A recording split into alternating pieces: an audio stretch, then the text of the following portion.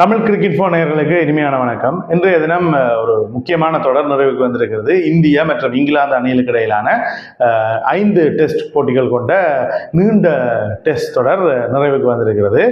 இந்திய அணி வெற்றிகரமாக இறுதிப் போட்டியிலே வெற்றி பெற்று 2-2 கண்டு இந்த சுற்று போட்டி தொடர் நிறைவுக்கு வந்திருக்கிறது. இன்றைய தினம் விடிய எப்படியும் இங்கிலாந்து அந்த 35 ரன்னை இலவாக அடிச்சிடும், 4 விக்கெட்டுகள் கைவசம் இருக்கு என்ற நிலைமையில அந்த 4 ஓவர்கள் நியூ பாலுக்கும் இருக்கின்ற கட்டத்தில் பழைய பந்திலேயே அந்த 35 ஓட்டங்களையும் பெற்றுவார்கள் என்று பலரும் எதிர்பார்த்து காத்திருந்தார்கள். காரணம், மழை பெய்து எல்லாம் ஓய்ந்து இன்றைய விடிய இந்த ரோலர் போடுவார்கள். ஓவர் பிச்சிலுமே இந்த ரோலர் போடைகளை ஹெவியா ரோலர் போட்டால் அந்த பிச் தட்டையாக மாறிவிடும், அதனால இலவாக வென்றுடலாம் என்று இங்கிலாந்து நினைத்ததாக ஹரி புரூக் கூட அந்த பிரசன்டேஷன் செரிமனியில சொல்லியிருந்தார். ஃபிளட்டா இருக்கும், அப்ப இலகுவா அடிச்சுட்டு. ஆனா நடந்தது வேறு. இந்தியாவுக்கு இந்த 3வது டெஸ்ட் போட்டியே ஒரு அன்லக்கியாக சிராஜினுடைய துடுப்புல பட்டு பந்து உருண்டு போய் விக்கெட்ல பட்டு ஒரு துரதிருஷ்டவசமான தோல்வியை அந்த இயற்கை கொடுத்திருந்தது. இந்த முறை இந்தியாவுக்கு ஒரு இயற்கை நல்ல வேலை செய்திருந்தது. இந்த ஓவர் காஸ்ட் கண்டிஷன்ஸ் இன்றைய காலையில இருந்தே இங்கிலாந்துல இருந்தது. என்னதான் தட்டையான பிச்சாக இருந்தாலும் அந்த ஓவர் காஸ்ட் கண்டிஷன்ஸ் இந்த பழைய பந்தை அழகாக ஸ்விங் செய்ய வைக்க வைக்கிட்டது. அப்ப முகமது சிராஜ் முக்கியமாக இன்றைய தினம் முகமது சிராஜ் பந்து வீச்சு பயங்கரமாக இருந்தது. முகமது சிராஜ் போடுற ஒவ்வொரு போலரும் ஒரு ஒரு சதம் அடிச்ச வீரரோ அல்லது ஒரு முக்கியமான ஃப்ரண்ட் லைன் பேட்ஸ்மேனால கூட பேட் பண்ணல அளவுக்கு ஒவ்வொரு பந்துமே பீட் பண்ணி கொண்டு போனது குறிப்பிடத்தக்க விடயமாக இருந்தது. அதுல எல்லாருமே மாட்டினார்கள். ஸ்மித்ல இருந்து ஓவர்டன்ல இருந்து அட்கின்சன் வரைக்கும் முக்கியமான விக்கெட்டுகளை எல்லாத்தையுமே சிராஜ் பதம் பார்த்து முடித்திருந்தார் என்பதுதான் குறிப்பிடத்தக்க விடயமாக இருந்தது. பிரசித் கிருஷ்ணா கொஞ்சம் ஓட்டங்களை விட்டு கொடுத்திருந்தாலும் கூட சிறப்பான ஒரு இணைப்பாட்டத்தை சிராஜுக்கு வழங்கி கொண்டிருந்தார். ஜோஸ் டங்குக்கு அவர் போட்ட ஜோக்கர் எல்லாம் ஒரு காலத்துக்கு நின்று பேசக்கூடிய பந்தாக காணப்பட்டது. இன்னொரு விஷயம் நாங்கள் சிலாகித்து சொல்ல வேண்டும்.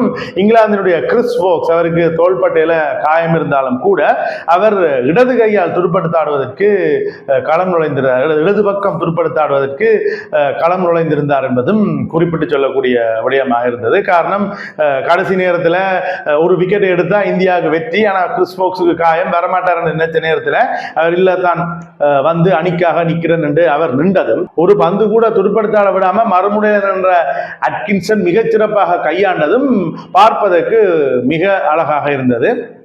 ஆனால் போக்ஸை பொறுத்த வரைக்கும் அந்த டபுள்கள் ஓடைக்க சிங்கிள் எல்லாம் ஓடைக்கல தோள்பட்டையை பிடிச்சு மிக கஷ்டப்பட்டு கொண்டு ஓடி இருந்தேன். அவருடைய டெடிக்கேஷன் எப்படி ரிஷப் பேண்ட் 4வது போட்டியில் துடுப்படுத்த ஆடினாரோ அதே மாதிரி போக்ஸினுடைய டெடிக்கேஷனும் காலத்துக்கும் பலரால் பேசப்படும் என்பதும் குறிப்பிட்டு சொல்ல வேண்டிய விடயமாக. இங்கிலாந்தினுடைய ஸ்டோக்ஸுக்கு காயம் ஏற்பட்டிருக்கிறது. அவர் ஆஷஸுக்கு எப்படி தயாராக இருப்பார் என்பதை இங்கிலாந்துக்கு யோசிக்க வேண்டிய நிலையில இங்கிலாந்து இப்பொழுது மிகுந்த மன உளைச்சலான அணியாக மாறியிருப்பார்கள். என்றால் தொடர்ந்து 2வது தொடர் இந்திய அணி, அதாவது ஒரு சப்கண்டினென்ட்ல இருந்து ஒரு ஆசியாவில இருந்து ஒரு அணி போய் தொடர்ந்து 2 தொடர்களை சமப்படுத்திட்டு வந்திருக்கிறார்கள். இதுக்கு முதலிடம் பெற்ற இங்கிலாந்து இந்திய தொடர், இங்கிலாந்தில் இடம்பெற்ற தொடரும் சமநிலையில் தான் நிறைவடைந்தது, 2-2 நிறைவடைந்தது.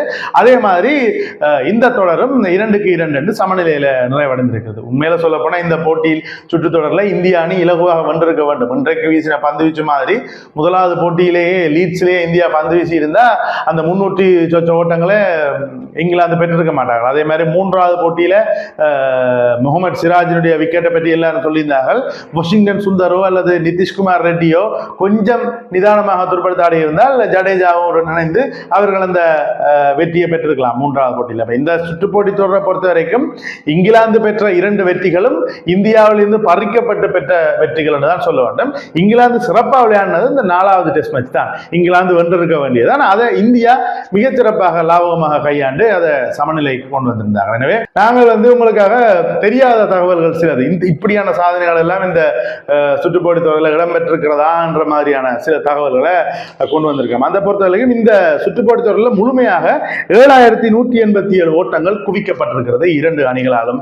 இது ஒரு 5 போட்டி கொண்ட சுற்றுத்தொடரில் அல்லது ஒரு பைலேட்டரல் சீரீஸ்ல 2 அணிகள் விளையாடுகின்ற சீரீஸ்ல 2வது இரண்டாவது அதிகூடிய ஓட்ட இலக்கங்கள் பெற்றுக் கொடுக்கப்பட்ட ஓட்ட இலக்கங்கள் என்பது முக்கியமான சாதனையாக இருக்கிறது. அதே நேரத்தில் இந்திய அணி மாத்திரம் 3207 ஓட்டங்களை பெற்றிருக்கிறது. இதுவும் இரண்டாவது அதிகூடிய ஓட்டங்கள் ஒரு தனி அணி ஒரு சீரீஸில் பெற்றுக்கொண்டது என்பது குறிப்பிட சொல்ல வேண்டிய விஷயமா இருக்கிறது. அதிகபட்சமாக 21 சதங்கள் இந்த பைலேட்டரல் சீரீஸ்ல பெறப்பட்டிருக்கிறது. அதுல இந்த சுற்றுப்போட்டி தொடரும் ஒரு சந்தர்ப்பமாக காணப்படுகிறது. அதே வேளையில 21 சதத்துல 12 சதங்கள் இந்திய அணியால் பெறப்பட்டிருக்கிறது. இதுவும் ஒரு குறிப்பிட்டு சொல்லக்கூடிய சாதனையாக காணப்படுகிறது. அதே நேரத்தில் இந்த 5 டெஸ்ட் போட்டிகளிலுமே 3 டெஸ்ட் போட்டிகள் இந்த ஃபர்ஸ்ட் இன்னிங்ஸ் லீட் என்றது 30க்கும் குறைவாக காணப்பட்டிருக்கிறது. இதுதான் முதலாவது சந்தர்ப்பமாக இருக்கிறது. அதாவது 5 போட்டியில 3 போட்டியில மட்டும் 30க்கும் குறைவான லீடுகள் பெறப்பட்டிருக்கிறது. அப்படி பார்க்க போனா இது எவ்வளவு காம்படிட்டிவா இந்த போட்டி இடம்பெற்றிருக்கிறது என்பது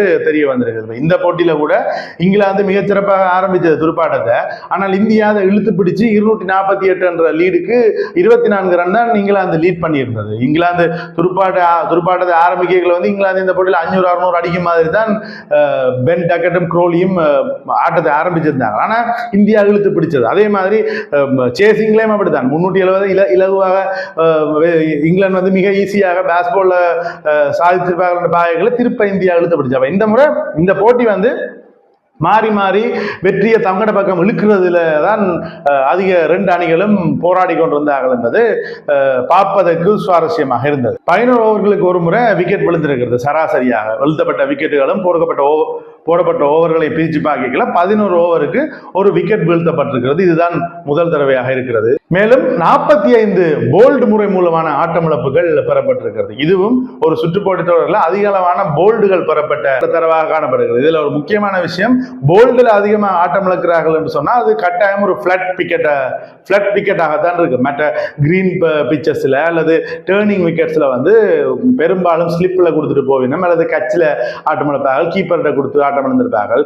போல்டு முறை மூலமாக பெரும்பாலும் ஃபிளட் மைதானங்களில் மட்டும்தான் இந்த போல்டு வேலைக்கு ஆகுது. விக்கெட் பந்து போட்டு விக்கெட்டுகள் இருக்கிறது. போல்டும் சரி எல்பிடபிள்யூவும் சரி இந்த போட்டி தொடரில் மிக அதிகமாக இருந்தது என்பது குறிப்பிட்டு சொல்லக்கூடிய விடயமாக இருக்கிறது. இந்தியாவை பொறுத்த வரைக்கும் மிக மகிழ்ச்சியோடு மனநிறைவோடு இந்த டூர்ல இருந்து வெளியில வந்திருப்பாங்க. குறிப்பாக சுப்மன் கில்லினுடைய முதலாவது தலைமையில வந்த டூராக இது அமைந்திருக்கிறது. சுற்றுத்தொடராக இந்த அணியை அறிவித்த உடனேயே எல்லோருக்கும் பெரிய ஒரு குழப்பம் இருந்தது. இங்கிலாந்துல போய் அடி வாங்கிட்டு வரப்போகுது இந்தியா, என்னடா முற்று முழுதாக இன்எக்ஸ்பீரியன்ஸ்டான ஒரு சைடு. இதுல அதுக்கான போட்டிகள் இங்கிலாந்துல விளையாடினது KL ராகுலும் ரவீந்திர ஜடேஜாவும் பும்ராவும் சிராஜும் தான். சிராஜ் கூட அண்மையில தான். KL ராகுல், ரவீந்திர ஜடேஜா, பும்ரா தான் நீண்ட காலமாக இந்தியாவில் விளையாடி கொண்டிருக்கக்கூடியவர்களாக இருக்கிறார்கள். KL ராகுல் கூட ஒரு பேட்டியில சொல்லி இருந்தார், இந்த போட்டியின் முதலாவது நாள் தான் அந்த ட்ரெஸ்ஸிங் ரூம்ல இருக்கைகளை ரோஹித் இல்ல, கோலி இல்ல, அஸ்வின் இல்லைன்றது தன்னால் ஜீரணிக்க முடியாமல் இருந்தது. வீரர்கள் எல்லாம் தன்னிட்ட ஆலோசனை கேட்கல, தன்னுடைய ரோல் இந்த சுற்றுப்போட்டி தொடரில் மிக பெரியது என்பதை தனக்கு உணரக்கூடிய மாதிரி இருந்தது என்று அதே தான் ஜடேஜாவும் செய்து காட்டியிருந்தார். ஒரு சீனியாரிட்டி அவர்களுக்குள்ள வரைகள் அவர்கள் தங்களுடைய ரோலை மிகச்சிறப்பாக செய்து கொண்டிருந்தார்கள். இவ்வளவு காலம் அவர்கள் ரோஹித்தினுடைய, கோலியினுடைய நிழல்கள் இருந்தார்கள், அஸ்வினுடைய நிழல்கள் இருந்தார்கள். இப்ப இவர்கள்லாம் உண்மையான சீனியர்ஸ் என்று வரும்போது எக்ஸாக்டா ஒரு சீனியர் பிளேயர் என்ன செய்யணுமோ அதை இந்த தொடர் முழுவதும் அஸ்வினா இருந்தாலும் மன்னிக்கவும் ஜடேஜாவா இருந்தாலும் சரி, KL ராகுலா இருந்தாலும் சரி மிகச்சிறப்பாகவும் துல்லியமாகவும் செய்திருந்தார்கள். ஒரு அணி தலைவராக கில் மிகச்சிறப்பாக அணியை வழிநடத்தி இருந்தார். சில பல முடிவுகளில் பிரச்சனை இருந்தாலும் கூட கில் மிகச்சிறப்பா ஒரு துடுப்பாட்ட வீரர்களாக முன்னுக்கு நின்று அணியை வழிநடத்தி இருந்தார். ஜெய்ஸ்வாலுடைய சதம், ஜெய்ஸ்வாலுடைய ஏற்ற இறக்கமான ஃபோமை இல்லாம பண்ணி இருந்தது. இப்ப இந்தியாவுக்கு கருண் நாயர் மட்டும்தான் இந்தியாவை பொறுத்த வரைக்கும் பிரச்சனை. ஒரு மிகச்சிறந்த வெற்றியை இந்தியா பெற்றிருக்கிறது. இந்த வெற்றியின் மூலமாக வேர்ல்ட் டெஸ்ட் சாம்பியன்ஷிப்பினுடைய 3வது இடத்துக்கு இந்தியா வந்திருக்கிறது. அதிகமான போட்டிகள் இந்தியா மற்றும் இங்கிலாந்து தான் விளையாடி இருக்கிறது, 5 மேட்ச். அதுல இங்கிலாந்துக்கு பெனால்ட்டியாக 2 பாயிண்ட்ஸ் கிடைக்க இந்தியா 3வது இடத்துக்கு போயிருக்குது, இங்கிலாந்து 4வது இடத்துல இருக்குது. மேற்கிந்திய தீவுகளோட வெற்றி பெற்றதால ஆஸ்திரேலியா அணி 1வது இடத்துல இருக்குது. பங்களாதேஷோட வெற்றி பெற்றதால இலங்கை 2வது இடத்துல இருக்குது. அப்ப இலங்கை 2வது இடத்துல இருக்குன்றது ஆச்சரியப்பட வேண்டிய விடயம் அல்ல. பங்களாதேஷோட இடம்பெற்ற போட்டியில இலங்கை 2வது இருக்குது.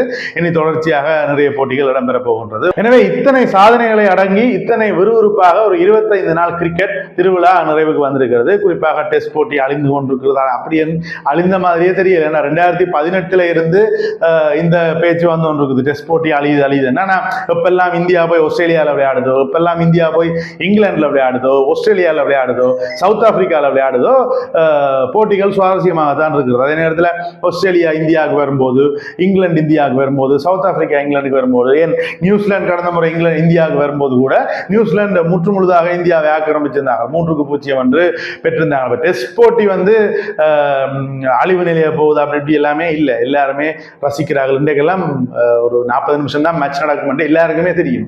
ஆனா ஹவுஸ்ஃபுல்லா இருந்து அந்த இங்கிலாந்து மைதானம். அப்ப வெள்ளக்காரன் வேலை செய்வான், வேலை என்றா வெள்ளக்காரன் எல்லாம் லீவ் எடுத்து போய் மேட்ச் பார்த்துருக்கான். அப்ப அதெல்லாம் ஒரு சும்மா கூற்றுகள், டெஸ்ட் கிரிக்கெட் அழிஞ்சிருமா அப்படி இந்த மாதிரியான இளம் மணி இந்த மாதிரியான போட்டித்தன்மையை கொடுக்கல.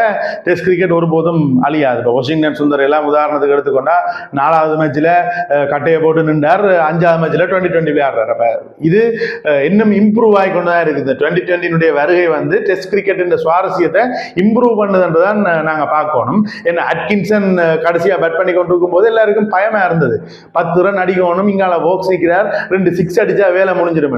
அந்த நேரத்தில் கில் வந்து செட் பண்ண ஃபீல்டிங்கும் பிரசித் கிருஷ்ணாவும் சிராஜும் போட்ட போல் எல்லாம் ஒரு 2020 டெத் ஓவர்ஸுக்கு பந்து போடுற மாதிரி தான் பந்து போடணும். அப்ப 2020 வருகைன்றது டெஸ்ட்டை தான் மேலும் சுவாரஸ்யப்படுத்தி இருக்குது.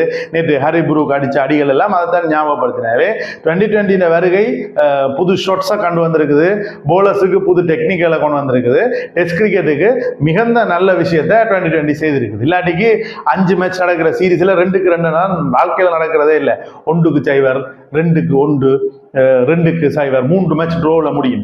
பெரும்பாலான மேட்சுகள் ட்ரோல முடிகிறது.